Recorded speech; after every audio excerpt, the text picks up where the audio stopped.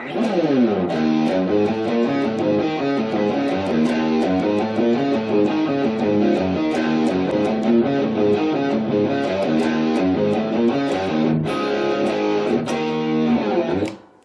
guys, so I'm going to be breaking down the main riff to Girl in the Magazine today. This one's a lot of fun to play, and this is the only song off of the EP that is tuned down a half step. Everything else is in standard, and then there's one song that's in drop D. But yeah, other than that, Girl in the Magazine is an E flat, half step down. And the best way to kind of think of this tune, key of E, E, kind of a blues scale type of riff, so you know. But instead of doing it, you know, in kind of that normal pentatonic box, we're doing it up here, so you know. Kind of like, I don't know, an oh well type of sounding thing. Does that make any sense? Okay, anyway, you know, key of E, half step down. This is how the riff goes. So it starts off like this. So open E, third fret on the E. So open E and then the third fret. And there's no hammer-ons or pull-offs either. It's just... And then open A, and then still in the A string, first and second fret. So all together so far you got...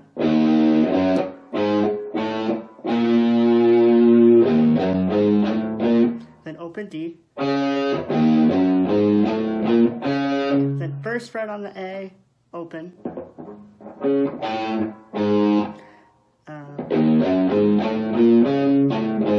Second fret on the D, open D. Then first fret on the A and open again. And then open D. And then third fret on the E and then open. So, kind of playing it slow. I don't consider myself the greatest teacher, so I'm sorry in advance if explaining things is a bit confusing. Just, in this case, it's more of a do as I do, maybe not as I say. So, you know, going through it slow, the first part of the riff is kind of like this. And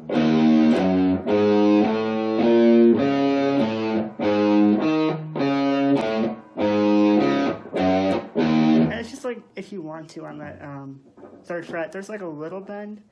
I have to do it when I'm playing through the whole thing, but sometimes I do it, sometimes I don't. It's not like an overbend, it's not like a... It's just like a little... Yeah. So that's the first part of the riff, and then when you play it the second time, you're doing the exact same thing, but instead of the open E, the open low E, you're hitting the second fret on the D. So it's still an E note, but it's that octave. You know, kind of gives it a bit of a different flavor. So the first part, you know, goes like this. Then when you play it again,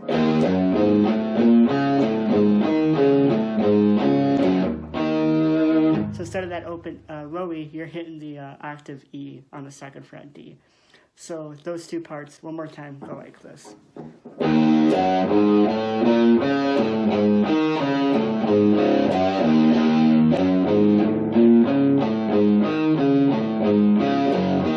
And then when you play the riff again, it's the same time as the first. But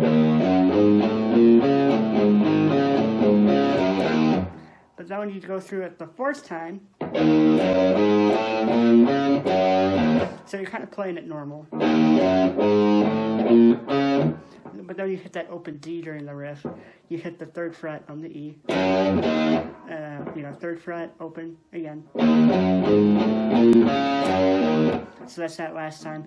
And then you're going to hit a D power chord, kind of like the AC/DC style of doing it.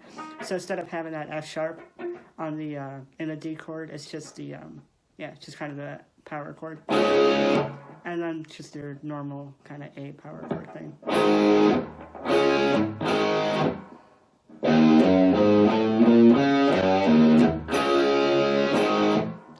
And then to kind of turn, it's almost like this part here is kind of like a bit of a turnaround. You hit that third fret on the low E again, and then open E, and then when you hit that open E, it's kind of like you're back on the 1 for the riff. So when you hit that,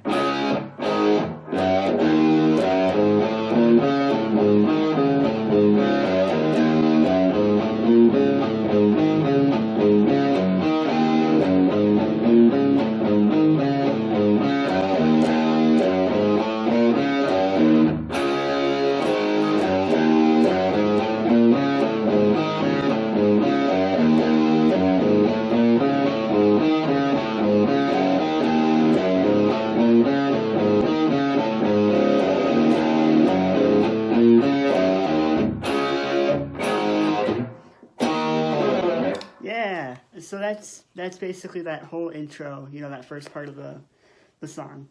Then the riff's pretty consistent. Yeah, the riff is consistent for the rest of the song pretty much. But that's how you play that main riff. So like I said, I'm still trying to get the hang of figuring out how to explain things when teaching. So I apologize if this is a bit confusing. You know, like I said, I hope the main point of this though is, you know, if you do get it under your fingers, I just want you guys to have fun and jam out with it, because that's always the point of doing these, right?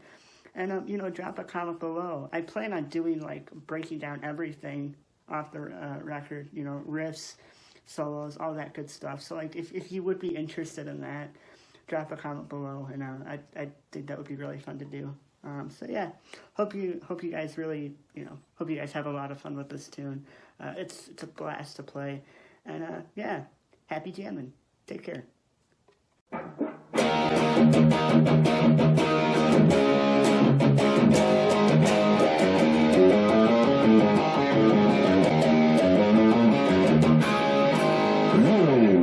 Hey, so we're back with, I guess it's part 2 of this guitar lesson for Girl in a Magazine. So I broke down the main riff, which is the intro, and kind of turn around in the verses as well. So for this, we're just going to dive into all the rhythm stuff, and I think I'll do the solo a little bit later. So yeah, so this is all the, you know, the verses, choruses, all that fun stuff, right? And the rhythm underneath the solo too, if you don't want to do the solo, which is funny because I actually had to relearn that because I don't play it live. I'm doing the solo. But anyway, enough of my blabbing. Let's jump right into it. So okay, so you know the first the intro starts off with that riff, and you hit that D to an A, and then that takes you right into the verse. It's kind of a blues, really, if you think about it. It's kind of a 12-bar structure, which I didn't even realize until kind of breaking it down myself, so that's kind of funny. But so it starts off with an E, and then you go to a D, and then an A, so, and it's a power chord, so you're kind of hitting that low E a bit too. And D, and A, so that part is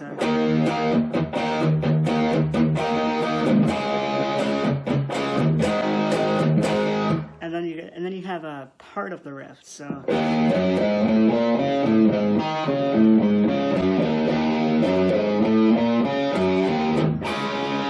I think the best way to think of that is like it's the last half of the riff when you play it normally. So yeah, so the last part. So okay, I'm sorry, I'm tripping up, but it's so the verse is just that. So E, D, A, and then you have that little bit of the riff. So yeah.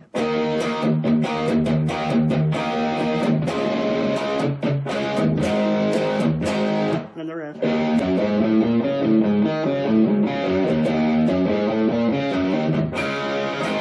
And then, so that's, you know, that's basically the whole verse. Then you do it again.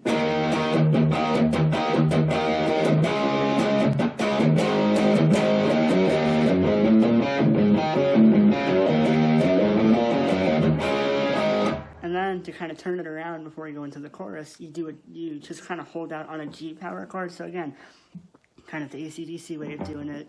It's a G chord, but you're not hitting that B note with the index finger. So it's just an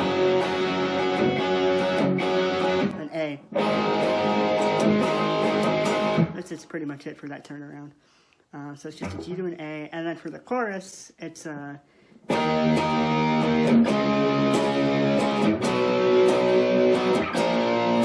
so it's an E, D, C, B power chord. And that's it for the chorus. So it's just kind of, you know, going down.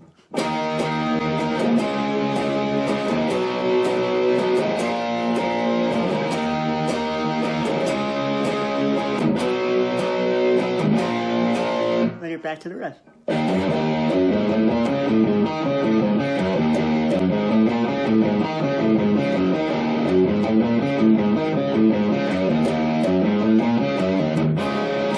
And then you're playing, and then, you know, you're on to the next section, and that's the same, pretty much the same thing as the first, so nothing new there, except when you're going through that chorus, you know, that second chorus, it's the same.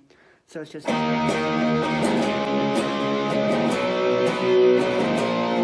But then you go through it that last time, you know, and that kind of shoots up high. You know, girl, you just make a mess out of me. You're hitting the B, and you're still holding that power chord down, but you're hammering onto that A string with your index finger. You know, hammering onto that B. So it's a...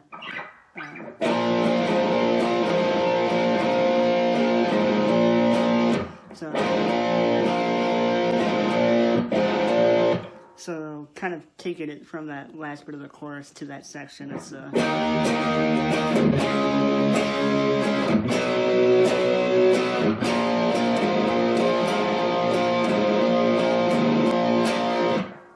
then we move on with the solo. I'll break down the rhythm. Like I said, it's kind of funny. I had to see if I was playing it right. I had to play along with the song because like I said, I don't play it live. So yeah, pretty much it's the chorus with the G and an A thrown into it. So I think it starts off normal, you know.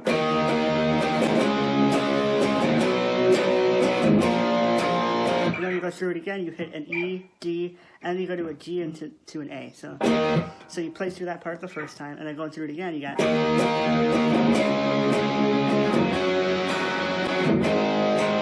And then you play it, and you kind of do that again.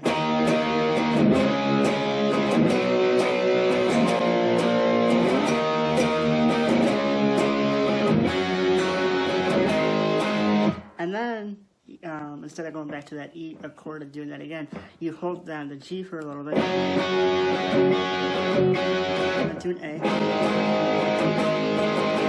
G again, and then A, and then you're back to the main riff. So. And you know, so on and so forth with that.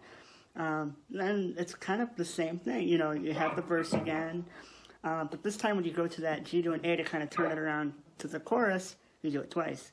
So, you know, oh, the way you stretch your stuff, it's never enough.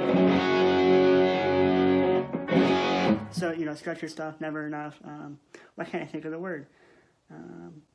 You know you're it, you got the, you know.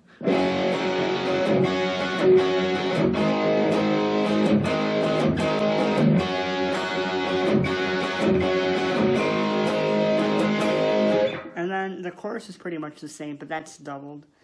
And then, you know, out of that chorus, you go back to the riff, and that's the same thing again. But this time, right at the very end of the song, when you hit that D to an A, you know, you hit that A chord, and then you mute the rest of the strings with the fretting hand. So you just kind of quickly mute it. So, and you're kind of doing an up, down, up, down.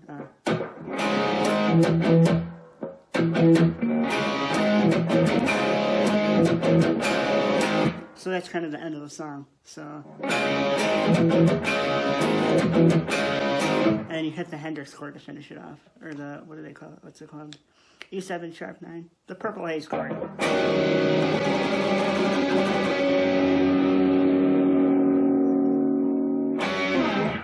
That's pretty much it. So I mean, it's kind of, you know, once you get some of those parts down, it's just kind of copy and paste with some kind of funny rhythm stuff thrown in, like that B before the solo. So yeah, I mean, pretty straightforward for the most part. Just some little changes in there. So yeah, that's pretty much it for this. And then join me next time and we'll break down that full solo, which I'm very proud of. It's a lot of fun. So yeah, I mean, you can pretty much jam the whole tune now if you want. We'll just get those solos in next time. So yeah, take care, guys. Thanks for tuning in. Bye.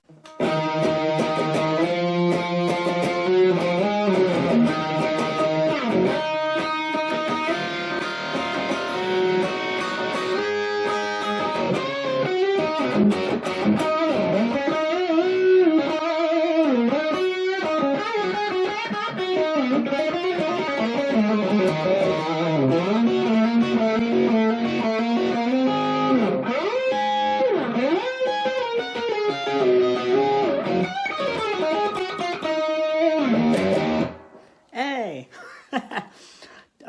today we're going to try and break down the main solo in Girl in the Magazine. This is one of my favorites on the whole EP. I'm really proud of how this one shook out. I think it really complements the chord changes that go on underneath it. And it's a lot of fun to play.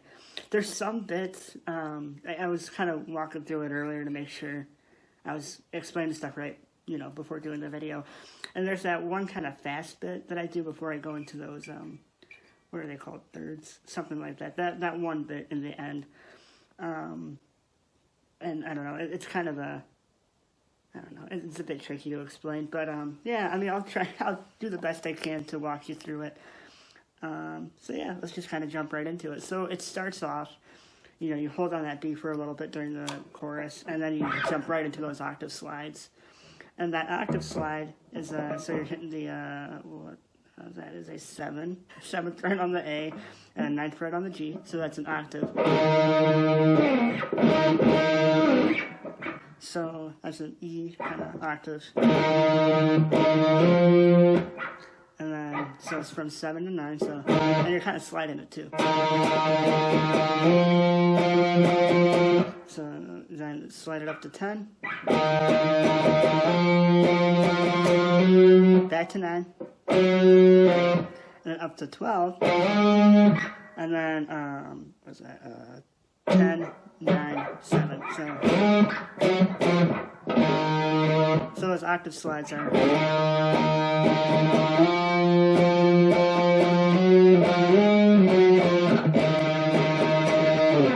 And you're kind of doing that same melody again, but instead of the octave slides, you're doing it on the B string and sliding.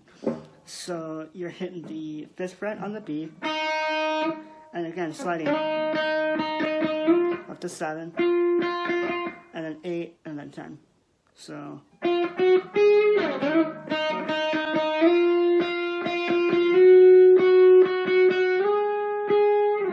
And while you're doing those slides, hit the open E. It gives it it's a bit messy, but it's kind of cool.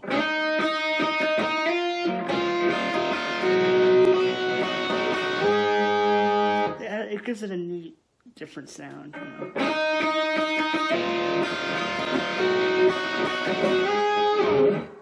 Now we get into the licks. That was kind of the build-up, So you take a half step.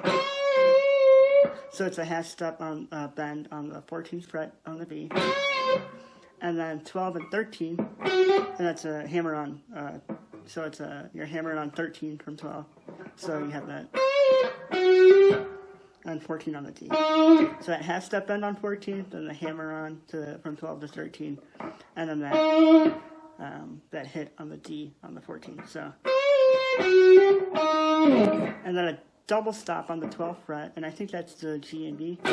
Yeah, G and B. And that's 2 hits. Back to that 12 on the D.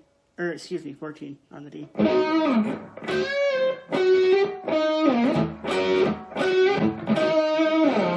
And then now you slide to 9 on the D, and then 7, 9 on the G. And then well, you're bending up to the 12th fret. I think that's a step and a half.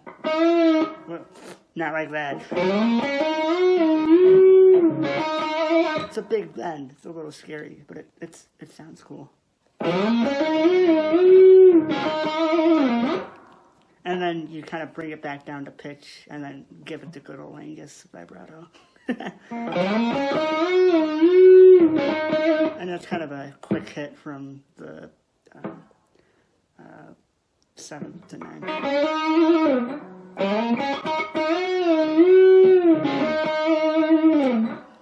And then now you have it's a half step bend on the 8th fret on the B,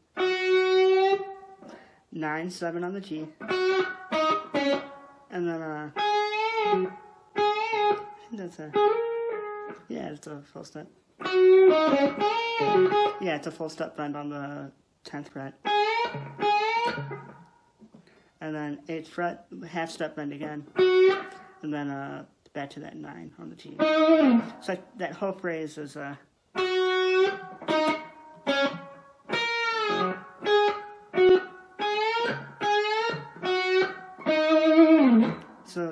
that's what that sounds like, you know. And then now we get to that crazy part, and I've had so much trouble explaining this and even playing it slow, because it's kind of a funky lick. It's that, you know.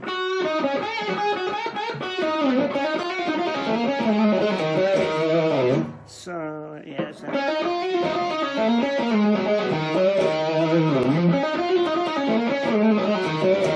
So it's kind of in that E kind of box, I don't know, that diagonal shape.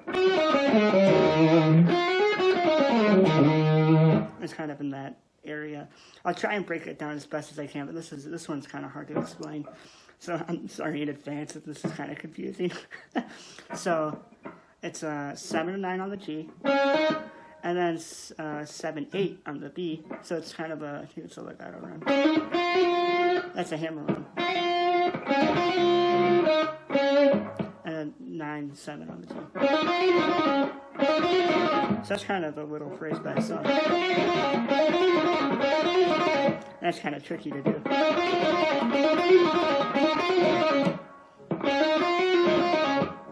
And then 8 and 9 on the D, and 7 on the G. And then it's like, what is it?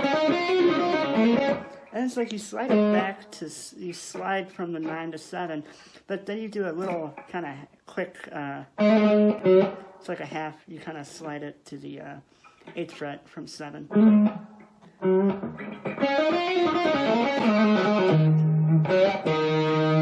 So yeah, it's really bizarre to explain and play slow. So it's kind of, yeah, I'm sorry, that's really hard to try and say.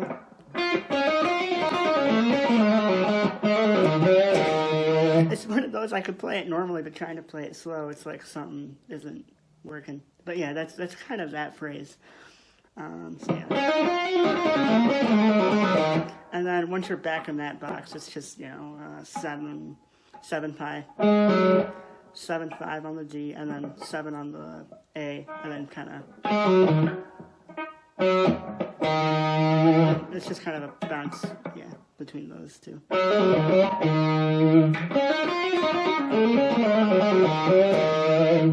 can play it so you guys get a better look.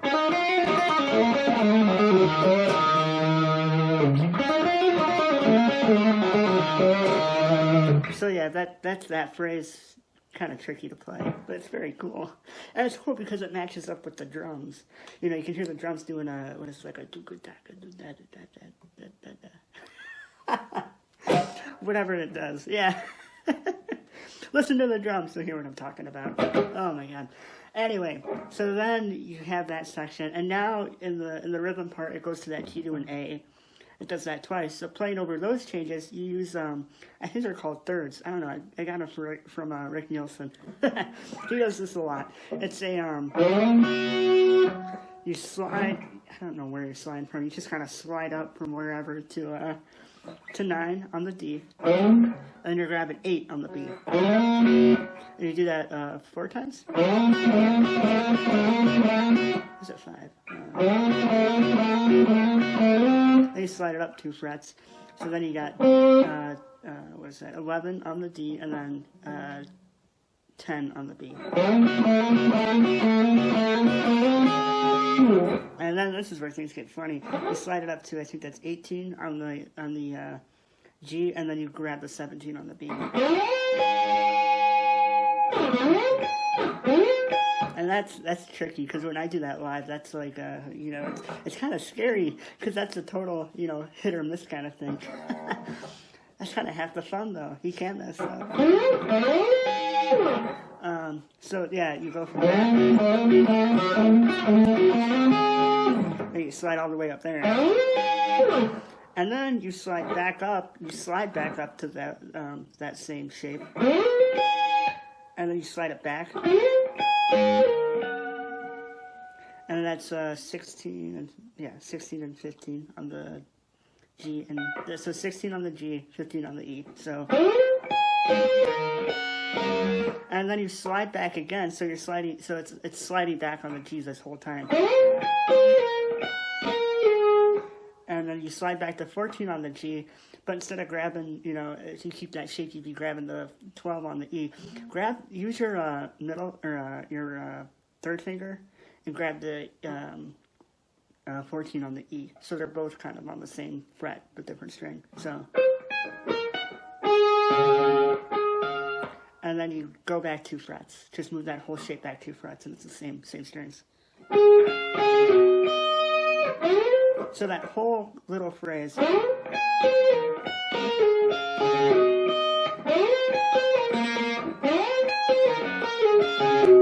You slide up from 12 to 14 again.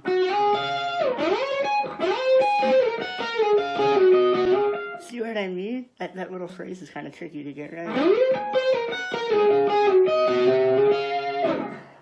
And then, so, we're done with the thirds. Now we're on to that last lick. And then that's just kind of it's a bluesy E pentatonic thing.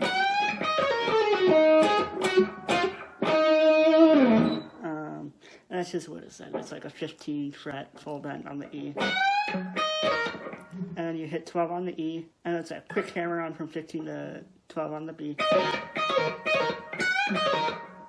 And then you're hitting that blue note. You're sliding from the, 15 to 14 on the G, and then you're hitting 12. And then you're hitting the 14 on the D.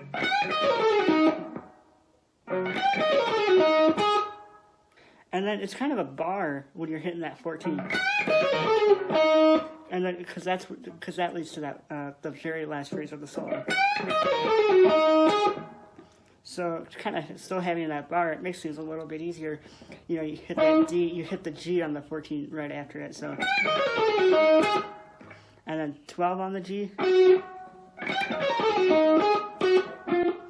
and then 11 on the G, and then you're back to 9 on the G, and that's the solo. And again, vibrato.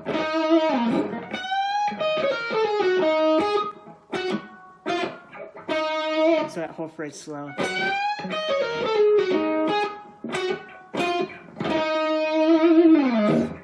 Holy moly, that was a lot to talk about. Oh man, yeah, it's a bit tricky to explain, but it's a lot of fun to play. And you know what? If you don't get the whole thing note for note, it's not the end of the world. I'm just doing this for people that maybe want to learn some of the licks, kind of in this. And the whole point is to have fun too. If you want to put your own spin on it, go ahead. I mean, it's rock and roll. It's all about having fun, right?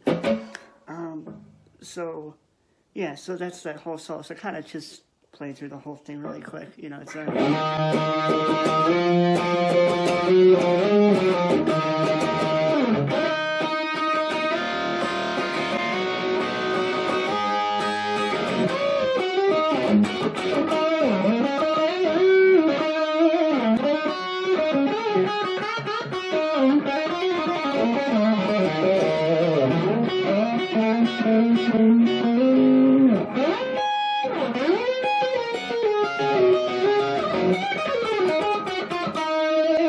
and then you go, as soon as you hit that.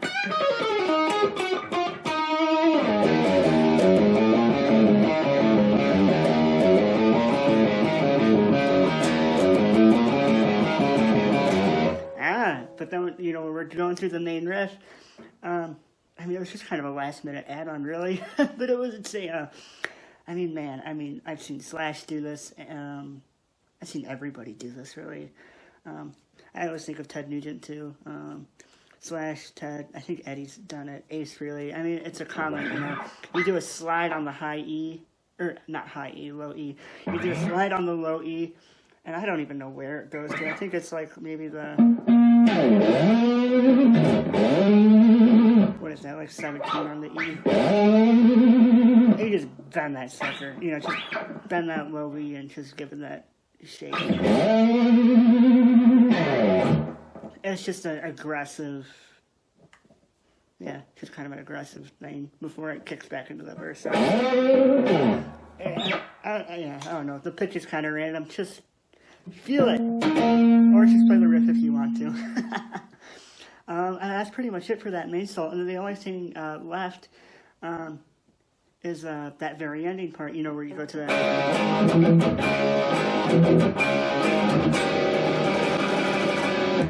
When you're doing that whole, you're holding down the Hendrix chord thing and all that at the very end. The trash can ending, I'm doing a little thing over it. It's it's kind of a funny phrase. It's a full stop, it's a full stop bend on the 7 on the G. Okay, that whole phrase, let me just play it for you. It's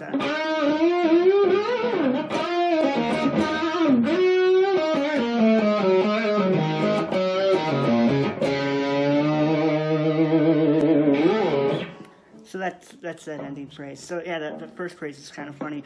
It's a full step on the 7 on the G, full step 9 on the G, and then a full step 11 on the G, then full step 12 on the G, or 14 on the G.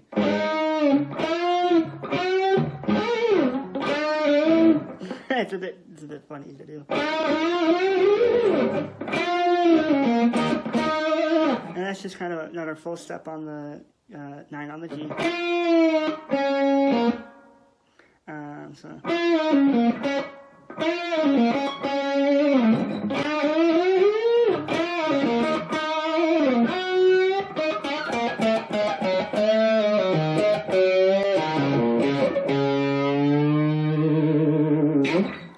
That's like, kind of a rolling motion. You hit that 9 on the D, then 9 on the G. Then kind of it's a half step then on the 8. And then, another shake vibrato on the 9 on the G.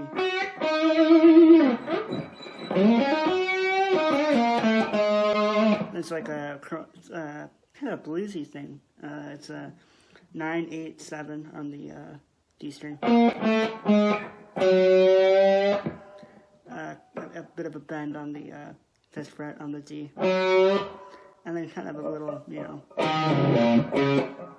then it's 7, 7, 5, then 7, 5 on the A, and then 7 on the E. Hit that 5 again on the D, and bend it a full step to that E. And just shake it. If you have enough room, what I did there in the studio is I had, I was in the same room as the amp for that part. And with that bend, stood in front of the amp, and you get that feedback. I can't really recreate it here, but that's kind of that sound.